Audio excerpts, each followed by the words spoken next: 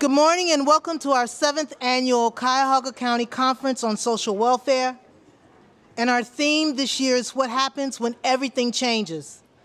I'm Victoria Marion and I'm a member of the conference committee. Welcome everyone. I would like to first start off by thanking our conference sponsors, Case Western Reserve University, Jack, Joseph, and Morton Mandel School of Applied Social Sciences, Cleveland State University School of Social Work, the National Association of Social Workers, the Ohio chapter, the Center for Community Solutions, and Meredith Taylor Human Services System. Whew, boy. Those were all tongue twisters for me. And our co-sponsors, AHF Pharmacy, Asian Services in Action Incorporated, the Center for Community Solutions, Cleveland State NASW Student Club, Providence House, the University of Akron School of Social Work, the Lakewood campus, Ursuline College, woo-woo, and Western Reserve Area Agency on Aging. So before we begin, we do have a welcome from the university and our sponsor, Grover Gilmore, Dean of the Jack, Joseph, and Morton Mandel School of Applied Social Science from Case Western Reserve University. Good morning, and welcome to the campus of Case Western Reserve University. I'm Cleve Gilmore, Dean of the Jack, Joseph, and Morton Mandel School of Applied Social Sciences, and I'm so thrilled to welcome the Cuyahoga County Conference on Social Welfare to our home. I'm sorry I can't personally join you, but it's a great honor and joy to have you here today. And today, our work is more necessary and urgent than ever. The conference theme, What Happens When Everything Changes, was selected back in August, but it could not have been more prescient for the world we face today. As we collaborate and expand our knowledge at this conference, we must continue to ask, how do we lead in these uncertain times? How do we find solidarity? A topic I know your lunchtime speaker, Dr. Julian Earls, will address, and which is so timely. As I look at our school's history, we were founded more than 100 years ago to empower and care for the great waves of immigrants and refugees coming to Cleveland to escape poverty and persecution, eager to contribute to a community that embraced them. Our birthright is to work on behalf of all peoples and to fulfill our mission to build a more just world. At the Mandel School, we're finding strength in reaffirming our long-standing commitment to inclusion and non-discrimination, to the dignity and worth of all people, and to the values and ethics held dear by the social work and nonprofit professions. We believe we must speak out when we see those values threatened. We encourage others to join us in solidarity with the chorus that champions for social, racial, and economic justice. Vow with us to defend and advocate for the rights and human dignity of all, regardless of race, ethnicity, nativity, religion, gender identity, ability, or sexual orientation. May this conference and the solidarity of your colleagues provide you with the skills, knowledge, strength, and dare I say, hope for the days ahead. Have a great day. Can't hurt to have a second good morning. Good morning, everyone. I'm Colleen Dempsey. I am the practice associate with the Ohio chapter of the National Association of Social Workers. Welcome to our keynote panel today, In Solidarity, Mobilizing an Intersectional Resistance. Who's excited to be here?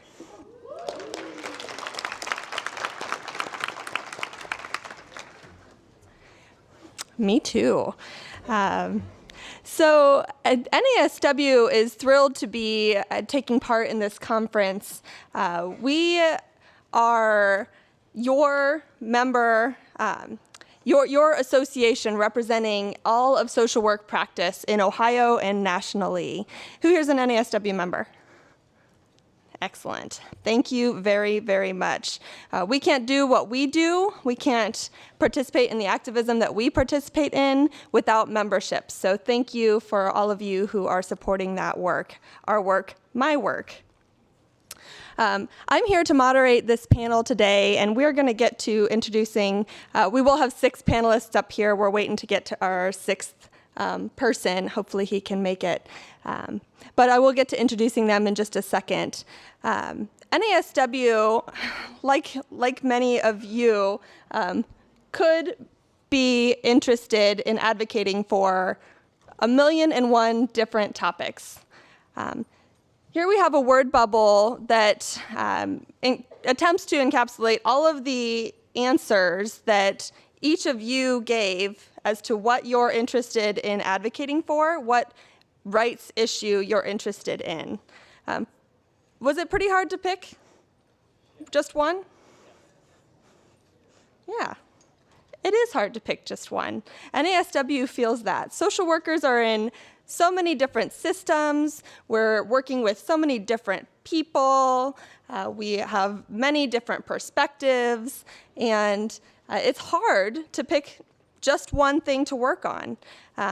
So this year, as we are pivoting and attempting to hold on to the rights that we have gained as people, the rights that oppressed people have gained, and protect those rights. We've really come to understand and better embrace the term intersectionality. For whom is intersectionality a new term? Some of you maybe? Basically, intersectionality is what happens when multiple forms of discrimination combine, overlap, and intersect. So just as it's difficult to pick just one issue that we're interested in, this comes from being complex people. Every person that we come into contact with can't be boiled down to just one thing. And intersectionality, the term, was coined by a law professor named Kimberly Crenshaw, actually in 1989, to discuss and better understand why our systems can't or have difficulty embracing the complexities of multiple layers of oppression, multiple layers of identity, and how they intersect. Social work systems are very similar. I'm not sure what that tone was. Social work systems are similar.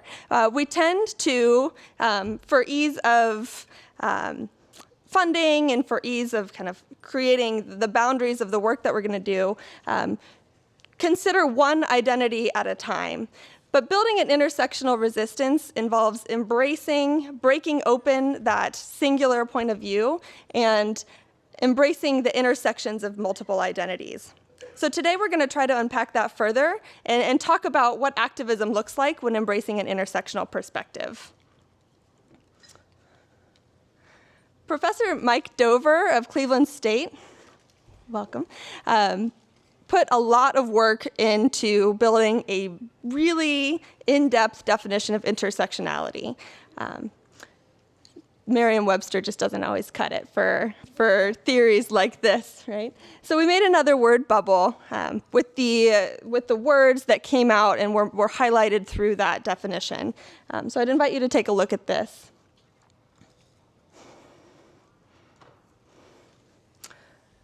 Today we're going to be trying to define and understand and experience solidarity. Solidarity within ourselves, with our multiple identities, solidarity with each other, and the ways that our identities overlap and the ways that we are different. And this is not an easy task either. When we are put in situations where we feel as though our funding is in competition with another very valid program's funding, when we're feeling like our groups, our people are divided more and more every day, it is not an easy task to find solidarity. So solidarity, unity of a group or class that produces or is based on a community of interests, objectives, and standards. Trying to find that middle ground. NASW feels that every person in this room has a place in this movement and that we can achieve solidarity with each other. Social workers are workers. Social workers are people. We bring all of ourselves to this profession, to working in health and human services, and we need to understand all of the limitations that we might feel, and then work to break through those limitations and dig deeper into this work, particularly at this time. Back in the 1960s and 70s, NASW National pivoted all of their work and dedicated full-time to this has now come to be called the civil rights movement. We believe that we're in a second civil rights movement now, second, third, millionth civil rights movement at this time, and are pivoting and deepening our work in that vein as well. So we'll get more into this later. There's a workshop that we can dig in and build depth into this conversation. But NASW really would encourage you to find your place in the movement. And hopefully this panel today can help spark some ideas if you're feeling a little out of energy. We understand that. So we're going to have a little bit about the format. We're going to give each panelist 5 minutes to speak, and we're going to be strict to that because we want to get to some time for questions, for audience questions, and then enhance the discussion with the panelists being able to answer and build answers off of each other. We're going to go in alphabetical order, and I will just introduce them by name. So we've given the panelists free rein to identify themselves in whichever capacity that they're here representing, whichever organization they're here representing, whatever identities they're here representing, and speak freely to that for 5 minutes. Panelists, you ready? No, not ready. Got to be ready. All right. Let's see. Everyone, please welcome our first panelist that's going to speak. This is Ryan Clopton-Zimler, and I'll let him introduce himself. Hi, everybody. Can you hear me okay? Okay, so my name is Ryan Clopton-Zimler, and I am the Community Relations Manager for the Lesbian, Gay, Bisexual, Transgender Community Center of Greater Cleveland. I'm an MSAS alum, so I'm feeling it's a weird experience to be up here on the stage when I used to take classes right around the corner from here. I'm also a conference alum, a former intern for organizing, so shout out to all the folks that made this happen. Great work. So on and so forth. So the first question that I am charged to answer is the areas of human rights activism that I'm involved in and why it's important. And it's always a difficult question because we're here to talk about intersectionality. So how do I possibly identify one area of human rights activism that is important to me? So first and foremost, I think it's important that when we're talking about intersectionality as a whole, we have to name the fact that Kimberly Crenshaw was a law professor, but was also a Black woman. And for Black women, the movement around feminism and equity wasn't always inclusive of Black women. So her naming intersectionality as a Black woman was important. So I also want to put that out there.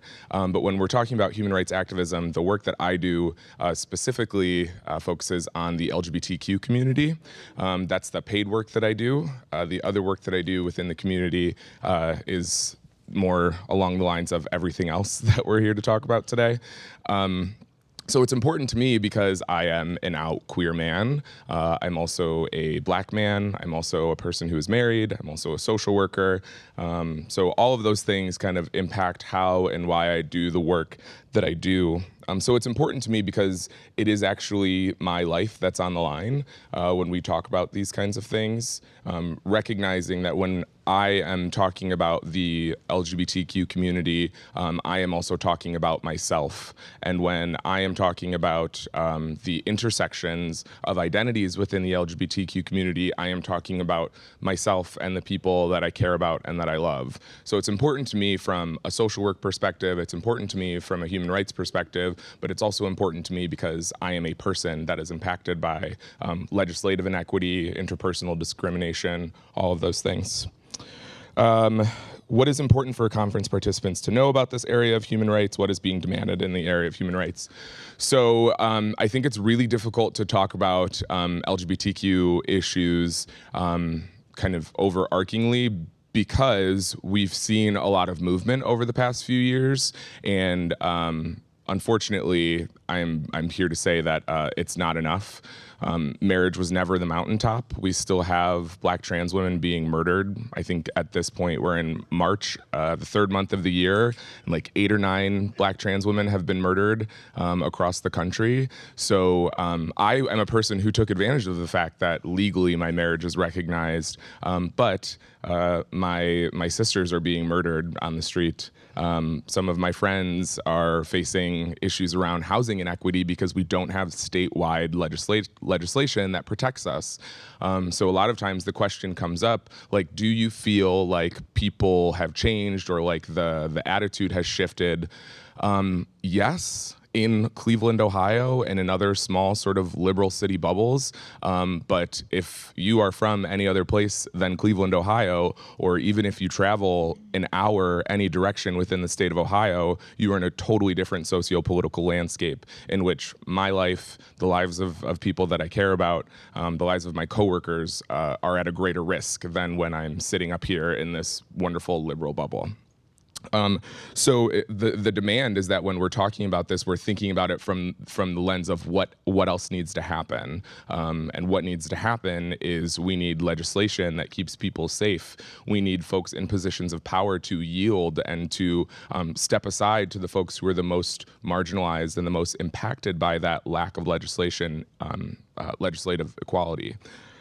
So the next question is around how can conference participants express solidarity, and I think it's an interesting word, the idea of expressing solidarity, because sometimes solidarity means listening and yielding. There have been people who have been doing this work for decades, and does that mean I have 0 time left? Oh, 30 seconds, sure. So solidarity might mean listening and yielding and finding the folks who are doing the work that needs to be done. So I guess kind of the last thing that I would say is, if you're thinking about LGBTQ equality or thinking about equality in general, or equity more importantly, it means starting with the people who are the most impacted and then going from there. If you look around the table and there's 0 people of color, or you're doing a panel on intersectionality and you don't have full representation within all of the different communities that we're supposed to be talking about, then we are not doing intersectional work. Intersectionality means looking around and saying, like, yes, that person represents a community and their voice has the same weight as somebody else. I think that's it. Thanks, Ryan. Next, we have Bridget Christ, and I'll let Bridget introduce herself. Hi, my name is Bridget Christ, and I am an LSW. Currently, I am a school-based therapist at Luis Munoz Marin School in Cleveland. Historically, I've worked with and advocated for women and families. I've been employed at a number of domestic violence centers across the country and assisted many sexual assault survivors. And I worked with homeless families for 5 years in Colorado. I took some time off to go to school and to be a mom, and now I'm back. I graduated last year from Cleveland State. In 2013, I had what I have to call an awakening. Whereas I never considered myself a racist and would have vehemently denied it if I was ever called one, I became aware of racism as an institution, and I became profoundly and undeniably aware of the privileges I was privy to being a cisgendered white female who is the mother of 2 boys. 2 boys who are able to inhabit this world overwhelmingly safe and carefree. This knowledge, both of the racist structure of our country and of my unavoidable place within it, as well as the internalized messages I have received, has forever changed me. Since 2013, my main area of focus has been racial justice. I do this work on a number of fronts: at my church, through the organization Showing Up for Racial Justice Northeast Ohio, and also at my School of Employment. I am a social worker on the micro and macro level, but my passion is in community organizing. This area of work is important to me first and foremost because The humane person in me knows at an emotional and spiritual level that every privilege I have comes at the expense of other people. Every single leg up that my children are given comes because another mother's children are born with a ball and chain around their leg. I cannot ignore this fact. This is new for me too, I'm nervous. The person in me that chose to become a social worker in order to make this world a quote unquote better place knows that the only way that this can happen is to break down the structures of white supremacy that our country was built upon and that still exists today. Until these structures are destroyed and new ones have taken their place, there will never be liberty and justice for all in our country. Unless structural racism and white supremacy are undone, we as social workers will never be able to truly assist our clients, people of color, LGBTQ, the poor and working class, non-Christians, etc., to thrive, not when they are denied their basic human rights on a daily basis. We are working against a system that was made to keep our clients oppressed. I have heard longtime anti-racism activists say again and again that it all comes down to racism. In the end, everything comes down to racism. My first reaction to this was, wow, that line of thinking is somewhat extreme. But over the years, I have come to realize that this statement is not extreme at all. Our country was built upon racist beliefs and systems and is still dominated by them today. When one system is overturned, another, usually much more insidious one, takes its place. Racism is the root of all evil in our country. It has dominated and destroyed every social justice movement in our country's history. It is the ultimate divide and conquer method, and has been utilized again and again, often without activists even being aware that they are implementing it while trying to undo it. I firmly believe that if we want to truly build intersectional resistance, we must first and foremost accept that racism is at the root of every system and movement in our country and truly educate ourselves about it and how it works. I believe that this is true on a macro level in organizing movements of resistance and organizing within communities, and it is also true for those of us that do direct service. In much of my schooling, and even now in the trainings I receive that are designed to assist me in being a better social worker, and to better understand my clients and their families, the focus is on individuals and their families. If we were to use the ecological systems theory, we would realize that for the most part, we are only focusing on the micro and meso systems and their effects on the mental, emotional, and physical health of our clients. Often we completely ignore the impact that systemic racism has on the lives of people of color clients and our own service delivery. And I think that's really important, our own service delivery. Many social workers are not actively working to discover and uncover how their attitudes towards individuals and families can be fostered unknowingly by institutional forces or how systemic racism is affecting a client's life. The fact is that macro realities, barriers to accessibility, and intergenerational trauma, to name just a few, shape micro experiences and opportunities. To be truly effective, we must be working with our clients at the micro level while at the same time creating strategies and service delivery that work against systemic and interpersonal racism in ourselves, our organizations, and our communities. We must go beyond even that. At this time in the history of our country, we must get active at the macro level as well. For people of color, immigrants, Muslims, the LGBT community, this is a matter of life and death, and our involvement, no matter who we are, is imperative. In this line of work, I speak as a white person organizing other white people to get involved in anti-racist work. The first step is self-education, for knowledge truly is power, and these systems exist because we are supposed to be unaware of them at the structural level. We are fed the false belief that our country is a meritocracy and that anyone who works hard enough can make it. We have all been brainwashed into viewing our country and each other through the lens of racism without even realizing it. We must unlearn these belief systems so that we are able to be active in an accountable way. We must get involved in some way, shape, or form and get involved with a very clear anti-racist analysis. For anti-racism work is environmental work, LGBTQ work, immigrant rights work, women's rights work, etc.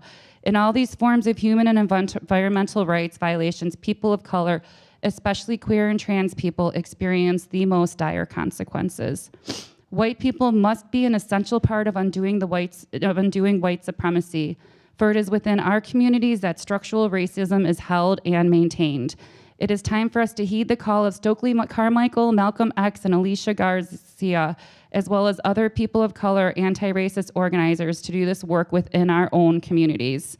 We must be part of movements that are anti-racist at their core and that move white people to be part of a multiracial majority for justice and passion with accountability.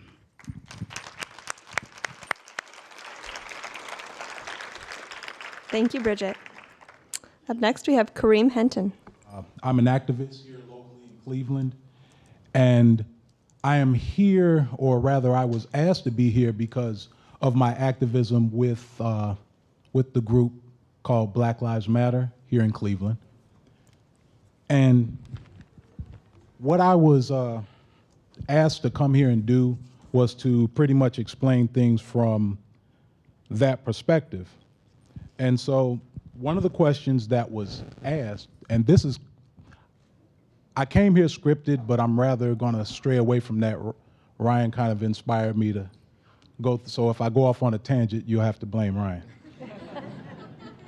So the question was, the beginning, what are the areas of human rights activism you're involved in, and why is it important to you?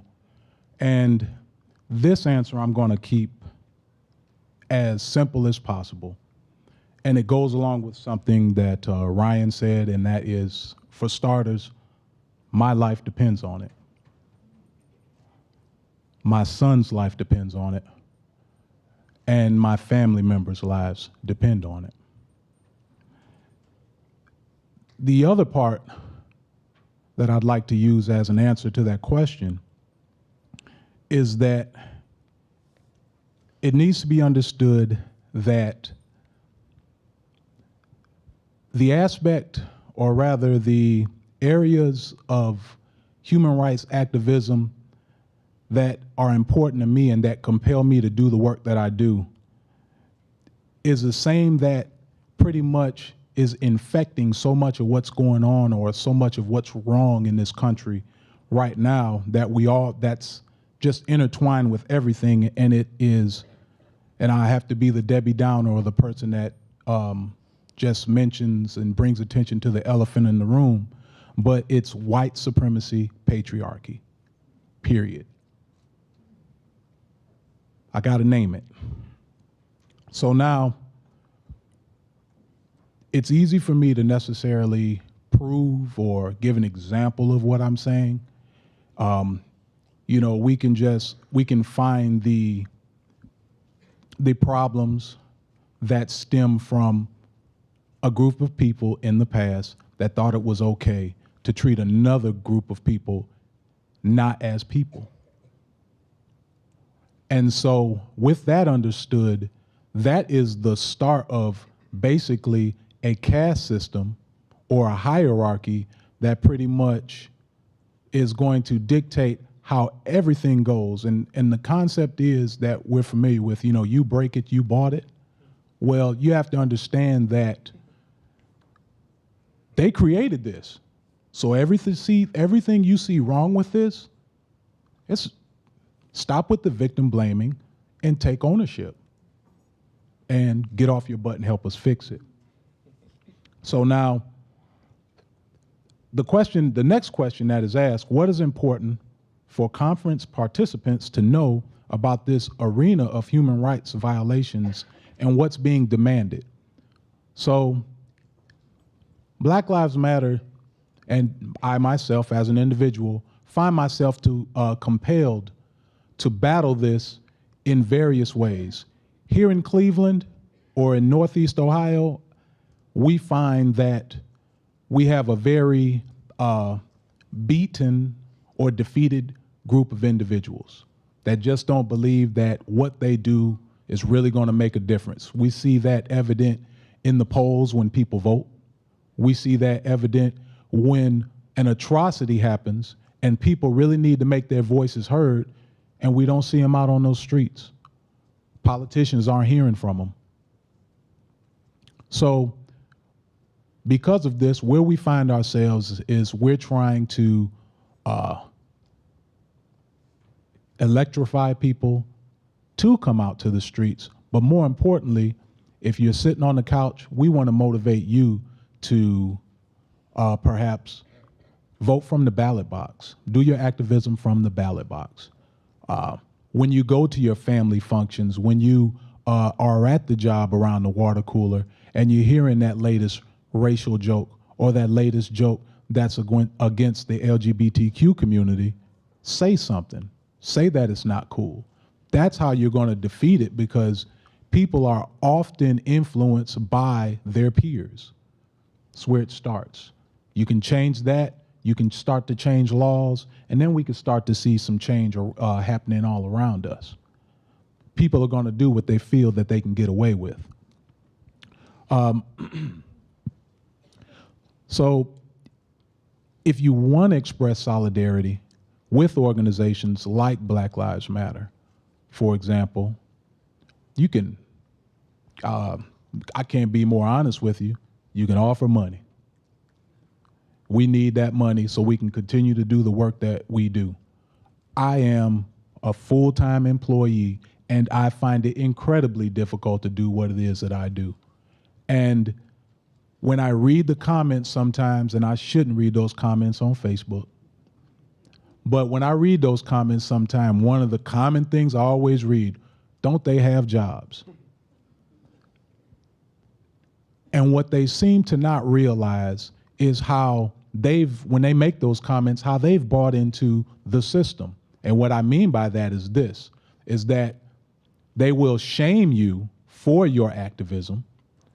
They will automatically assume that you must not be working because that is the way for them to perhaps turn sentiments against you, because they're going to peg you as a leech off of society. But the other reason that they do this is that what unknowingly, that is what's pushed by, I would say, the powers that be. Because the powers that be want you working 60 hours a week, chasing after money so that you can attain those material things, so that you care more about yourself and less about your fellow man, and you have less time to deal with those issues that affect your brothers and sisters out there. So, 10 seconds. Wow.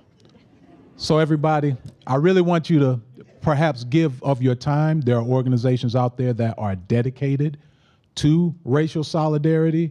I wanted to get into the convenience of intersectionality, and I'm sorry that I can't get into that, but I'll just say this real quick. There are a lot of folks that have backed up different organizations out there in the past, but as soon as their needs are met, they're off.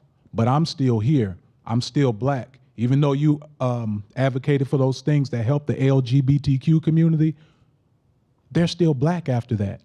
There's still some racial issues that need to be handled. And I can go deeper into that if we can discuss it later. Sorry, and thank you for your time. Thank you. Thank you. I think we will have time. All right, up next, Deb Klein.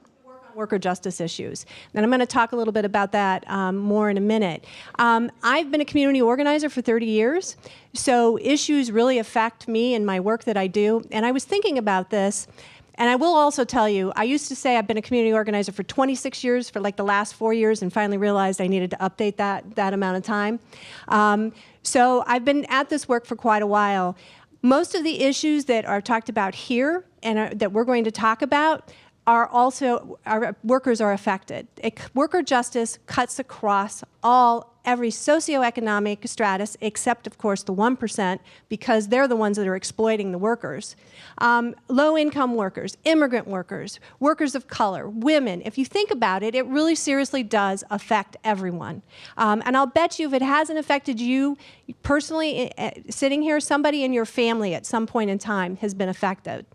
I started my organizing career as a community organizer of low-income single moms who were not getting child support. Back in those times, it was back in the 90s, intersectionality was not a term that we used. And when I was thinking about this, I was thinking, boy, we really did practice that back then. Because if you think, again, about low-income single moms, a lot, I'm sure all the social workers, a lot of the issues that you work in every day affected a low-income single mom. Welfare, foster, hunger, homelessness, jobs. So back in that era, as I said, we didn't use the term intersectionality, but all of those issues were part of what we were organizing because they affected those that we were trying to organize. So why do I talk about that? Because we all of us need to think outside of our boxes. The issues that we care about the most, somebody else also is going to care about, and it's also going to affect somebody else in another category. So it's really important for people to get up, and I think somebody else has said it, and it may have been said a couple of times, to get up off their seats, get out from behind the computer screen, and get out on the streets, because that's where it actually really makes a difference. And I think about it, and you go back to every social justice change that has ever been made in this country, and it hasn't been made because those decision makers went, oh, you know what, I want to fix this issue, I want to fix this issue. It has come from us. It has come from one person who had an idea, who organized, found a lot of other people that thought the same as they did, and hit the streets and made a difference. You know, everybody's talking about the new guide that's out, okay, what's that guide? That everybody's been talking about. Been organizing for too long. There's a guide that was put together, and as soon as I start to describe it, I'm sure somebody will remember the name of it, that was put together by staff from Congress. And it's something. Indivisible, thank you. Thank you, appreciate that. The Indivisible Guide. And it was put together by staff from Congress because they're trying to get us as progressives and liberals, or whatever side of the aisle you're on, to start organizing and make a difference, because that's what happened with the Tea Party. Sending an email to a congressperson, sending an email to a decision maker isn't going to cut it. You have to start making noise, and that is the only way that we're ever going to affect change, is by making noise, whether it's getting out on the streets, or it's making phone calls, or even faxing. Go ahead and fax, because at least when the fax goes, the machine is running, so they're paying attention to that. And I can tell you, I have been in congressional offices where, as I'm waiting to meet with a member, they have pages that sit in front of the computer screen, and those emails that you all send, delete, delete, delete. They don't even look at them. They just delete them. They're not counting them. They're not doing hashtags. So that's why I was so happy when the Indivisible Guide came out, and they started talking about us actually speaking up, using our voices, and using what we can to make a difference. All of you sitting in this room who are social workers are advocates because you're advocating for your clients. So you kind of already do that. But now it's time to organize and get out on the streets. We recently did, with Jobs with Justice, we were part of a small coalition, even though we are a coalition, we often join other coalitions, that organized a march on immigration and refugees. We organized, put that thing together in about a week's time, and had over 1,000 people on the street. So I think the time is now, because I'm also going to talk about the End Poverty Now march that we just did for the Republican convention. For like 9 months we organized that and had 1,000 people on the streets. So I think the time is now. I think people are angry, and it's something that we need to take advantage of. Thank you. Thank you. Up next, we have Reverend Lorenzo Norris. Good morning. And let me just say, I'm glad to see so many out for this session this morning. I'm here as a pastor and activist and representing Cleveland Clergy Alliance, which is a nonprofit organization that engages in social and community activities. Many of the activist activity has been from Tamir Rice to Raise Up Cleveland, Infant Mortality, DOJ. But this morning, my emphasis is on another area of concern. How many here care for someone 60 plus? Maybe you're not 60 plus yet, but in 5 or 10 years you will be. And that puts you in a sandwich situation where you care for someone and you are 60 plus also. My son often tell us that baby boomers, you don't have to count yourself because we don't age. We just keep on working. But my emphasis is on ensuring that growing older population in this county will have all of the necessary opportunities for enhanced quality of life in their latter years and remain in their home, those that can independently with respect and dignity. In this county, believe it or not, approximately between 282,000 and 513,000, according to the 2010 census report, 60 plus residents lives in this county. But when we look at 2030, that will increase. Seniors, older adults, 21% of the population. By 2030, will be 31% of the population in this county, outnumbering youth under the age of 20. But let me say why this is important. Older growing population currently do not have the information or skills to assess many of the various programs for older citizens in this community. They need help. Older adults like transportation, one of the problems, to get to grocery stores, to shopping, take care of business, food pantry, etc.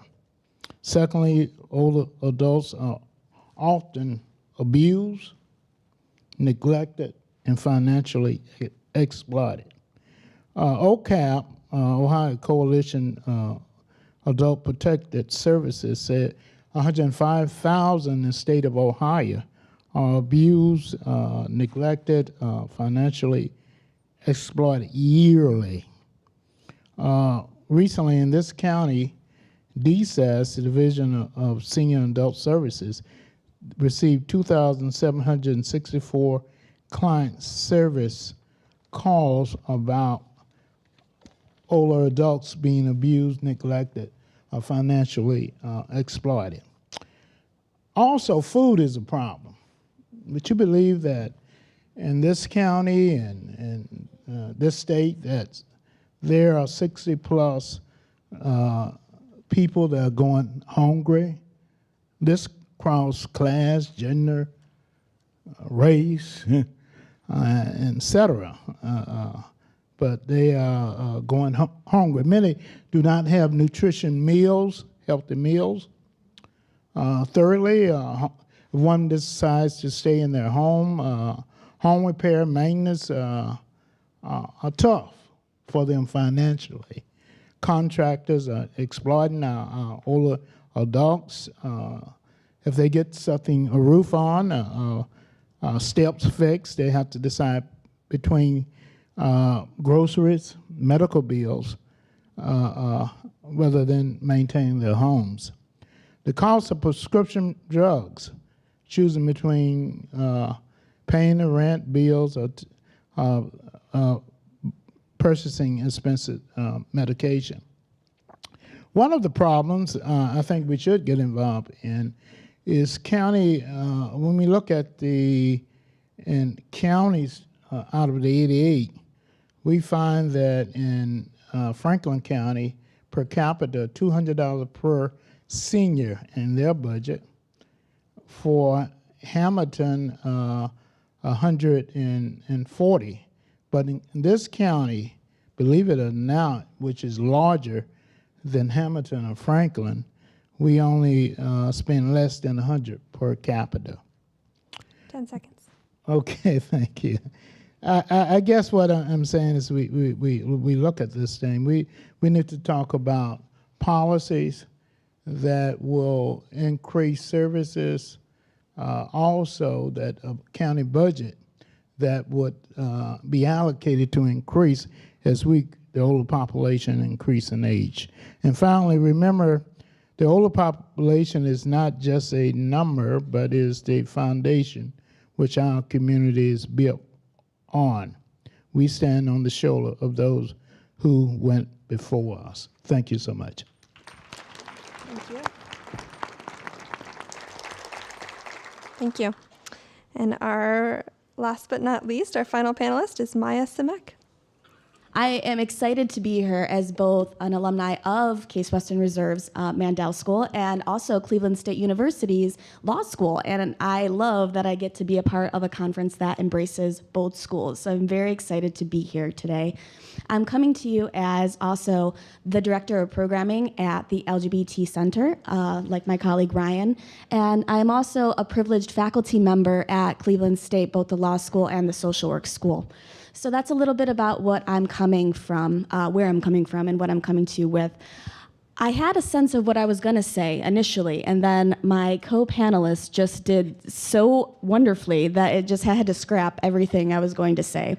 And so what I want to talk about very briefly in the time that we have left is what it looks like in terms of being a social worker and having that person come in, look at you in front of you, and why it matters. So I'm at the LGBT Center, and we're a community center. So what that means is people just drop in, and they come to us with a whole gamut of needs.